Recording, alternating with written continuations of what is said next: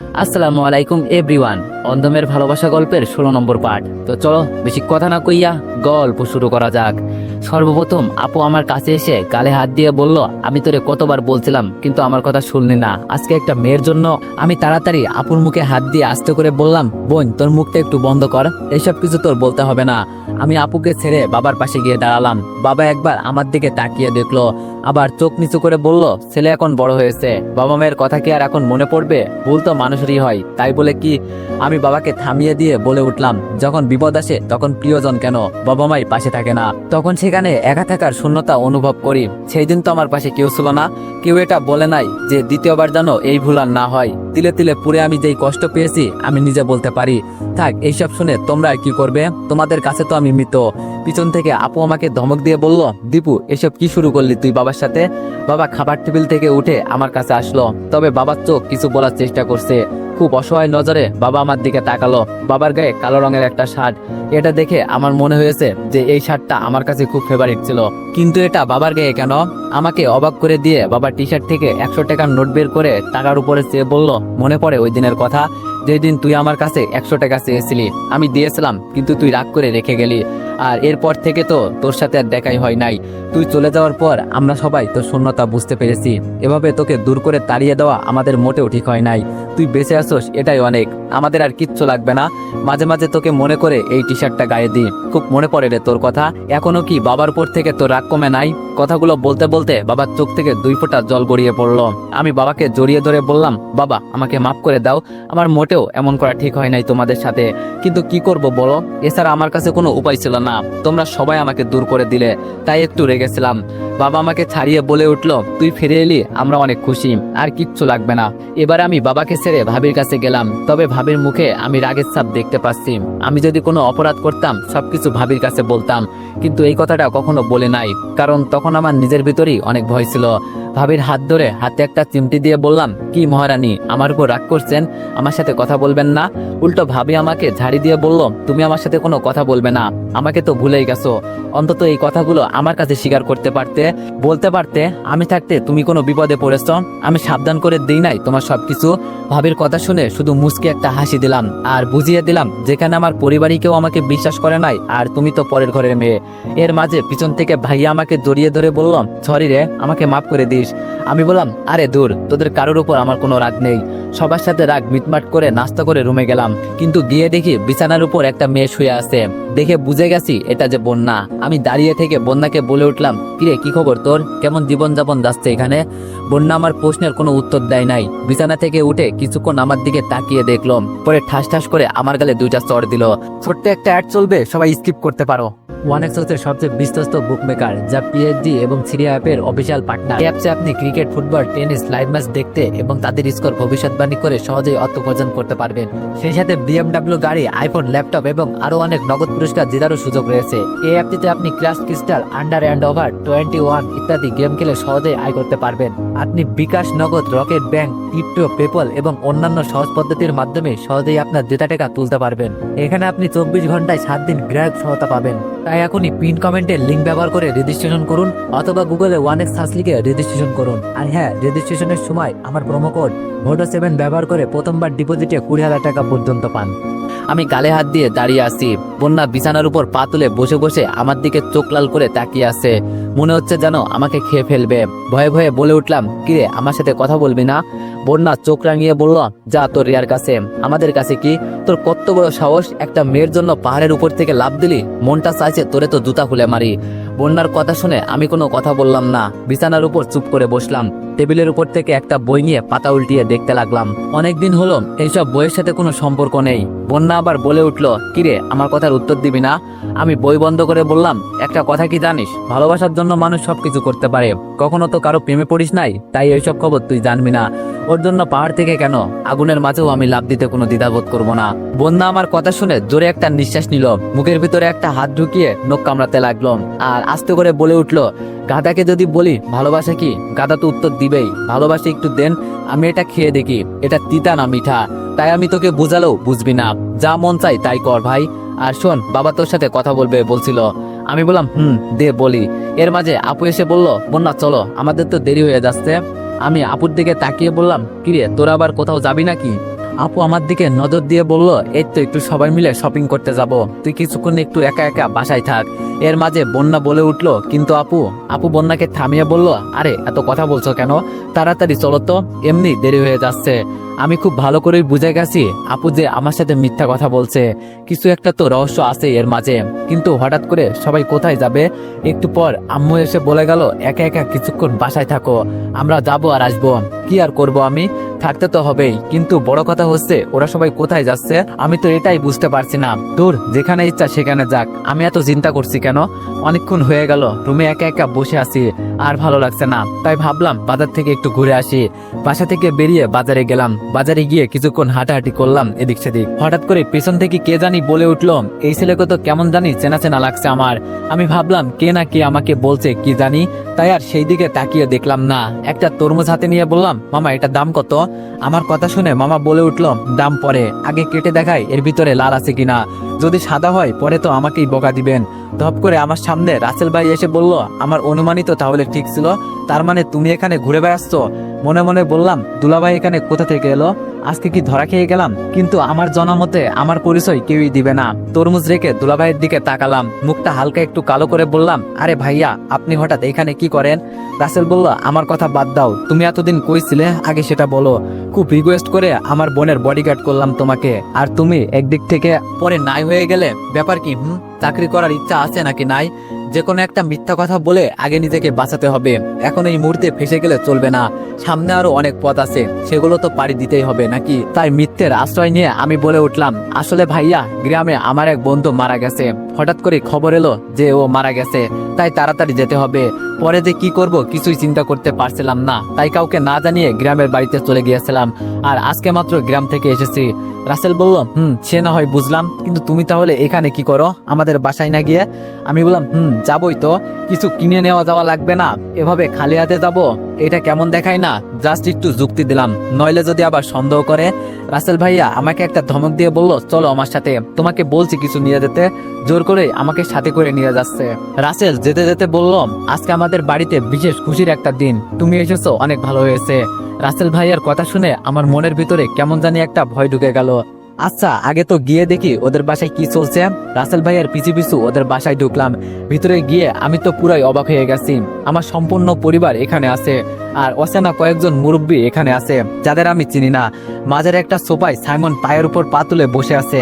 আমার তো এসব দেখে মাথা খারাপ হয়ে গেল। শেষ পর্যন্ত আমার পরিবার সবাই আমার সাথে মিথ্যা কথা বললো, এমনকি বন্যাও আমাকে মিথ্যা কথা বললো। মনটাই খারাপ হয়ে গেল এইসব দেখে। তাছাড়া ওরা আমার সাথেই বা মিথ্যা কেন বললো? আমি চুপটি করে এক কোনায় গিয়ে দাঁড়ালাম। বাবা মা আর আপু আমার দিকে একবার তাকিয়ে দেখলো, তবে ওরা চোখের ইশারা করে আমাকে কি যেন বোঝাতে চেয়েছিল, কিন্তু রাগে আমি ওদের উপর থেকে চোখ তুলে নিয়েছি। আমার সাথে মিথ্যা কথা বলে বন্যা তো উঠে আমার কাছে চলে আসতে চাইছে। যেই আমি চোখ গরম করে তাকালাম, চুপচাপ বসে পড়লো। হঠাৎ করে সাইমনের পাশে এক মুরব্বী আমাকে দেখে বলে উঠলো, এই ছেলে কে? একে তো চিনলাম না, আগে কখনো এখানে তো দেখি নাই মনে হচ্ছে। এটা বলতে সবার নজর আমার দিকে পড়লো, মনে হচ্ছে জানো এখানে আমি বড় একটা অপরাধী। রাসেল ভাইয়া আমার কাছে এসে কাঁধে হাত দিল, ওদের দিকে একবার তাকিয়ে বলল, ও আমার ছোট বোনের বডিগার্ড হয়। ভাবলাম রিয়ার বিয়ের কথা যেহেতু চলছে, সবাই এখানে আছে, ও না থাকলে কেমন দেখায় না? সবারই তো একটা মত অমতের বিষয় আছে না? রিয়ার বিয়ের কথা শুনে আমার বুকের মাঝে কেমন কেমন জানি একটা ব্যথার অনুভূতি হচ্ছে। এতটা পরিমাণে খারাপ লাগছে যা আমার বলার বাইরে। যাকে এতটা পরিমাণে ভালোবাসি, আজকে তারই বিয়ের কথা চলবে, তাও আবার আমার সামনে। চোখ থেকে পানি পড়বে পড়বে অবস্থা। এমন সময় আবার সাইমনের সাথে বসে থাকা মুরব্বী পান চিবোতে চিবোতে বলল, কই মেয়েকে নিয়ে আসুন, একটু দেখে চলে যায়। এই কথা শুনে সাইমন পায়ের উপর পা তুলে একটু লজ্জা পাওয়ার ভান করলো। সাইমন চোখ তুলে আমার দিকে তাকিয়ে ছোট্ট একটা হাসি দিল। মনে মনে বললাম, সময় এখন আমার খারাপ যাচ্ছে, নিজের কাছের মানুষ বুঝলো না আমি কে, একদিন ঠিকই বুঝবে, কিন্তু তখন হয়তো আমি ওদের থেকে অনেক দূরে চলে যাব, নয়তো রিয়া। আপু এক পা করে আমার দিকে এগিয়ে এলো। আমি মন খারাপ করে থাকতে দেখে আপু মুখটা কালো করে ফেললো, ছোট করে এর মাঝে একটা হাসি দিয়ে আস্তে করে বলে উঠলো, তুই এখানে কেন এলি ভাই? রাগে দুঃখে এখন আমার শরীরের ভিতরটা জ্বলে যাচ্ছে, এখন আর তেমন নিজের ভিতরে থাকা রাগকে কন্ট্রোল করতে পারছি না, কান্নাও চলে আসবে এমন অবস্থা। তাই যতটুকু সম্ভব নিজের ভিতরে থাকা অনুভূতিটাকে কন্ট্রোল করলাম। আপুর দিকে ভদ্র চোখে তাকিয়ে আস্তে করে বললাম, আমার সামনে থেকে চলে যা। এখন আমার পুরো শরীর আগুনের মতো জ্বলছে, তাই বলছি আমি কিছু করার আগে আমার সামনে থেকে চলে যা। আপু আমার কথা শুনে ভয় পেয়ে চুপচাপ আমার সামনে থেকে চলে গেল, কারণ আপু জানে আমার রাগ উঠলে আমি নিজেকে কন্ট্রোল করতে পারি না। আপু আমার সামনে থেকে যেতেই সিঁড়ির উপর আমার চোখ পড়লো। সিঁড়ি দিয়ে লাল শাড়ি পরা একটা মেয়েকে নিয়ে আসছে পাখি, আর ওর সাথে একটা মেয়ে। আমার ভিতরে কেমন জানি একটা মুসর দিয়ে উঠলো। কি যে একটা খারাপ লাগা অনুভূতি সৃষ্টি হচ্ছে আমার ভিতরে, তা বলে বোঝাতে পারবো না আপনাদের। রিয়াকে একটা চেয়ারে এনে বসানো হলো। আমি এক দৃষ্টিতে ওর দিকে তাকিয়ে আছি। আমার চোখের পলকই যেন পড়ছে না। কত আশা ছিল রিয়া আমার বউ হবে, কিন্তু নিমিষেই যেন সবকিছু তছনছ হয়ে গেল। আমার সব আশা ভরসা হারিয়ে গেল। ভাবি নাই দিন শেষে রিয়া আমাকে এভাবে একা করে দিবে।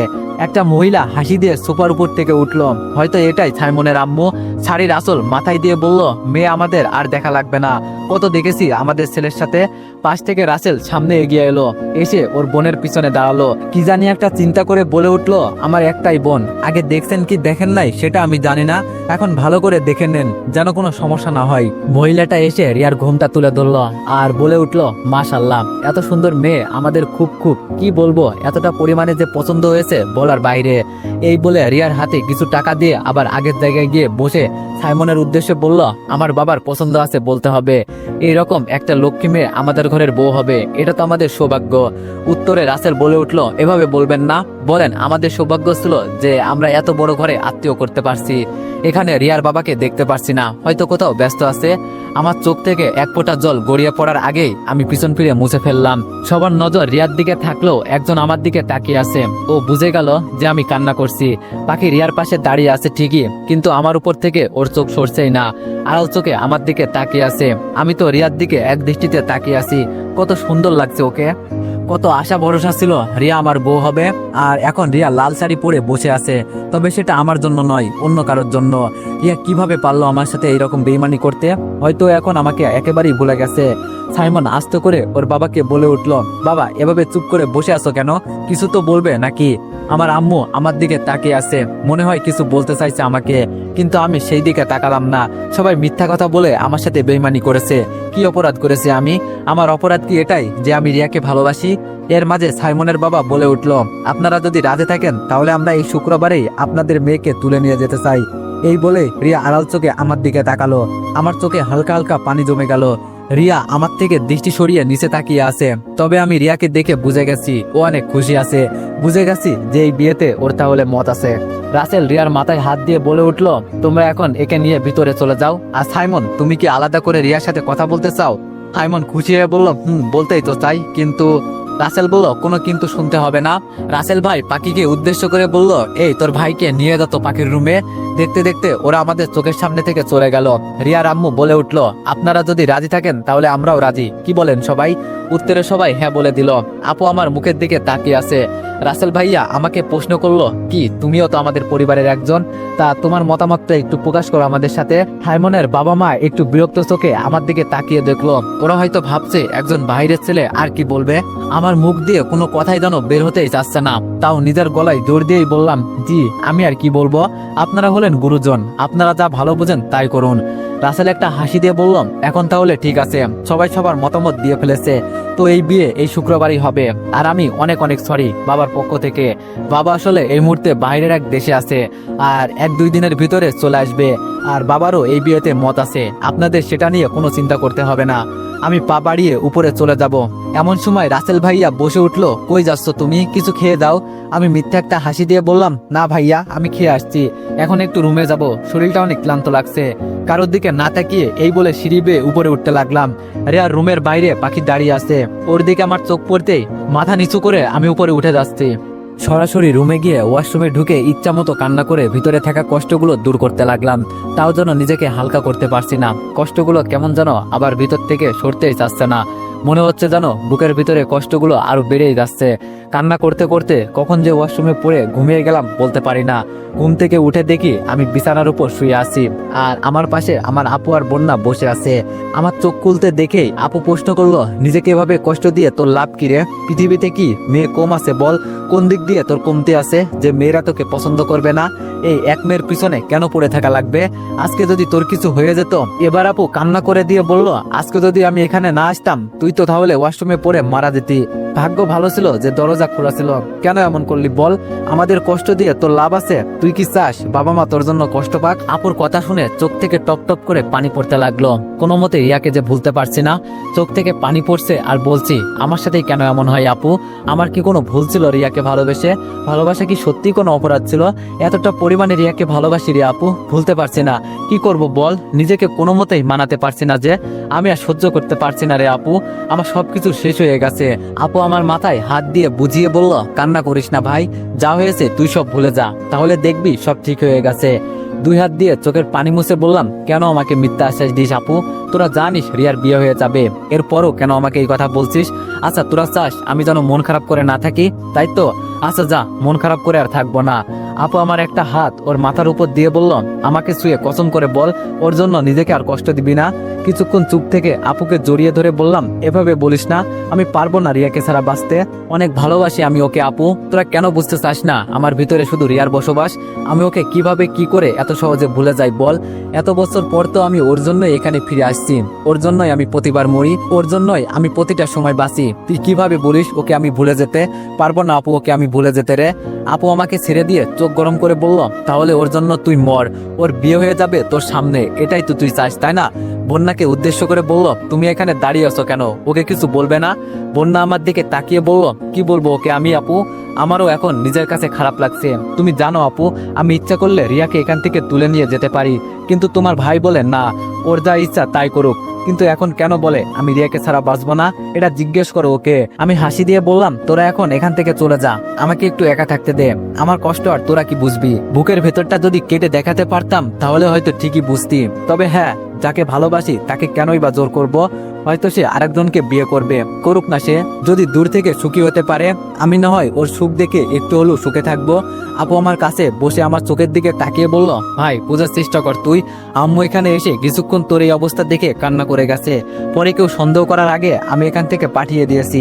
এখন যদি তুই এভাবে নিজেকে কষ্ট দিস তাহলে আমাদের কেমন লাগবে বল?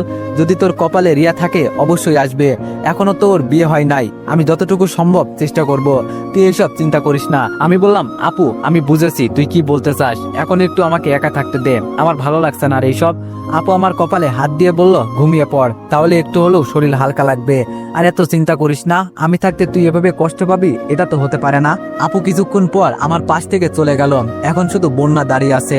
আমি ওর দিকে তাকিয়ে বললাম, কিরে তুই যাস না কেন? নাকি তুইও আমাকে জ্ঞান দিয়ে যাবি কিছুক্ষণ? বন্যা আমার পাশে বসে আমার দিকে তাকিয়ে বলল, খুব কষ্ট হচ্ছে না তোর? আমি একটা মুচকি হাসি দিয়ে বললাম, এই তো অল্প একটুখানি কষ্ট হচ্ছে, তবে আস্তে আস্তে নিজেকে কন্ট্রোল করে নিব, তুই এখন যা। বন্যা দাঁড়িয়ে বলল, নিজের খেয়াল রাখিস, আর কাল পরশু বাবা মা আসতে পারে। আমি লাফ দিয়ে বিছানা থেকে উঠে বললাম, তুই আঙ্কেল আর আন্টিকে বলতে গেলি কেন? বন্যা বলল, চুপ কর বেয়াদব, তুই এভাবে আমার চোখের সামনে কষ্ট পেয়ে পেয়ে শেষ হয়ে যাবি, আর আমি কিনা সেটা দাঁড়িয়ে দাঁড়িয়ে দেখবো? তোর মনে হয় সবকিছু তছনছ করে ফেলবো? রিয়া কিভাবে সাইমনকে বিয়ে করে আমিও দেখতে চাই। ও শুধু তোর বউ হবে, আর অন্য কারো হবে সেটা তো জীবনেও আমি বেঁচে থাকতে হতে দিতে পারি না। এই বলে রিয়া রেগে চোখ গরম করে চলে গেল। আমি এটা জানি বন্যা অনেক ভালো একটা মেয়ে, আর ওকে আমি নিজের বোনের মতোই দেখি। আমি জানি ও আমাকে কখনো কষ্টে দেখতে চায় না, তবে আমি এসব কিছুই হতে দিব না। ওই কথাই আছে না, জোর করে আদায় করা যায় না কেন, ভালোবাসা আদায় করা যায় না। আমারও এখন উচিত রিয়ার পথ থেকে সরে দাঁড়ানো, হয়তো আমার এখন সেটাই করতে হবে। যদি কপালে থাকে তাহলে আপনা আপনি আসবে, যদি আমার জন্য রিয়ার মনের ভিতরে একটু হলেও ভালোবাসা থাকে তাহলে হয়তো আমার স্মরণ করবে। তবে আমি ওকে কখনোই জোর করব না, ওর ইচ্ছা মতো যদি ও বিয়ে করে আমি কখনোই ওকে বাধা দিব না। আমি জানি আঙ্কেল আর আন্টি এসে একটা ঝামেলা তৈরি করে দিবে যদি আমার এই অবস্থা দেখতে পারে, কিন্তু আমি সেটা কখনোই হতে দিব না। একটা সিগারেট ধরিয়ে জোরে জোরে টানতে লাগলাম, মাথাটা একটু হালকা করতে চেষ্টা করছি, কিন্তু কিছুতেই পারছি না। কেমন জানি মাথাটা ধরে গেছে মনে হচ্ছে। প্রতিটা ধোয়ার সাথে কষ্টগুলো দূর করে দিই, কিন্তু আজকে কোনোভাবেই পারছি না। আজকে মনে হচ্ছে জানো, সুখগুলো ধোয়ার সাথে দূর হয়ে যাচ্ছে আর কষ্টগুলো আমাকে চেপে ধরছে। এখন রাত বাজে প্রায় 12টার মতো। হাতে এক প্যাকেট সিগারেট নিয়ে ছাদের রেলিং ধরে উপরে বসে আছি। এখান থেকে নিচে তাকালে যে কেউ ভয়ে পড়ে যাবে, কিন্তু আমার ভিতরে এখন তেমন কোনো ভয় কাজ করছে না। মন বলছে এখান থেকে যত তাড়াতাড়ি মরতে পারি আমার জন্যই ভালো। কার জন্য এখন আর বেঁচে থাকবো? যাকে ভালোবাসি সে যদি অন্য কারো পাশে থাকে সেটা দেখে কি কখনো সহ্য করতে পারবো? এর চেয়ে মরে যাওয়াই অনেক ভালো। একটার পর একটা সিগারেট শেষ করে ফেলছি। জীবনে কত কষ্টই আসুক না কেন, এই সিগারেট সাথে থাকলে একটু হলেও নিজেকে হালকা লাগে। আশেপাশে সবকিছু একদম নীরব, চারিদিকে কোনো কথা নাই, সবকিছু একদম নিরিবিলি। মাঝে মাঝে কয়েকটা পাখির কিচিরমিচির আওয়াজ আসছে। আকাশে চাঁদের আলোয় তারাগুলো মিটমিট করে জ্বলছে। আজকে আমার ভিতরে যেন একটা নীরব পরিবেশ তৈরি হয়েছে। কে ওখানে? আচমকা পিছন থেকে এই আওয়াজ ভেসে আসলো। আমি পিছনে তাকিয়ে দেখি একটা মেয়ে দাঁড়িয়ে আছে, তবে কেমন জানি খুব চেনা চেনা লাগছে। চাঁদের আলোয় ওর মুখটা একদম জলজল করে জ্বলছে। একবার দেখেই বুঝে গেছি এটা যে রিয়া। একমাত্র ওকে এই চাঁদের আলোয় খুব সুন্দর মানায়। আমি এবার সামনে তাকিয়ে সিগারেট মুখে নিয়ে চুপ করে বসে আছি। আবার পিছন থেকে আওয়াজ আসলো। আমি জানতে চেয়েছি এখানে এত রাতে কে এখানে, আর কি বা করতে এসেছে এখানে। উপরের আকাশ দেখতে দেখতে বললাম, এখানে কে আছে না আছে সেটা কি আপনার জানা খুব বেশি জরুরি? আমার কথা শুনে মনে হয় রিয়ার মন থেকে ভয় দূর হয়ে গেল। আস্তে আস্তে রিয়া আমার দিকে এগিয়ে আসলো। আমার কাছে এসে ফোনের লাইটটা আমার মুখের দিকে ধরলো, আর সাথে সাথেই রিয়া আমার মুখ থেকে সিগারেট নিয়ে নিচে ফেলে দিল। আমি ওর দিকে বিরক্ত নজরে তাকিয়ে বললাম, এই একটা জিনিসই ছিল আমার জীবনের সাথী, সেটাও নিচে ফেলে দিলে। আর কি চাও তুমি আমার কাছে? যদি বলো বুকের ভিতরে সবকিছু কেটে দিতে পারি, লাগবে তোমার? আমার কথা শুনে রিয়া কিছু বলল না, আমার হাত ধরে আমার সাথে উপরে বসলো। আমি তাড়াতাড়ি বলে উঠলাম, এই তুমি কি করছো? পড়ে যাবে তো, এখনই নিচে নামো বলছি। রিয়া আমার একটা হাত ধরে আমার মুখের দিকে তাকিয়ে বলল, নিজেকে এভাবে কষ্ট দিচ্ছ কেন? আমি রিয়ার কথা শুনে একটা হাসি দিলাম। সত্যি এখন বুক ফেটে হাসি আসছে। যার জন্য এত কষ্ট পাচ্ছি সে আজ বলছে নিজেকে এত কষ্ট দিচ্ছ কেন। বিষয়টা আমার কাছে খুব হাস্যকর মনে হচ্ছে এখন। রিয়া আবার আমার দিকে তাকিয়ে বলল, কি হলো? আমি তোমাকে কিছু বলছি আর তুমি এভাবে হাসছই বা কেন? আমি মন খারাপ করে বললাম, যার জন্য খাল কেটে কুমির আনলাম আর সেই বলছে খাল কেটে কুমির আনলে কেন? বিষয়টা কেমন দেখায় না? রিয়া আমার কথা শুনে কিছুক্ষণ আমার দিকে তাকিয়ে দেখলো। হঠাৎ করে রিয়া বলে উঠলো,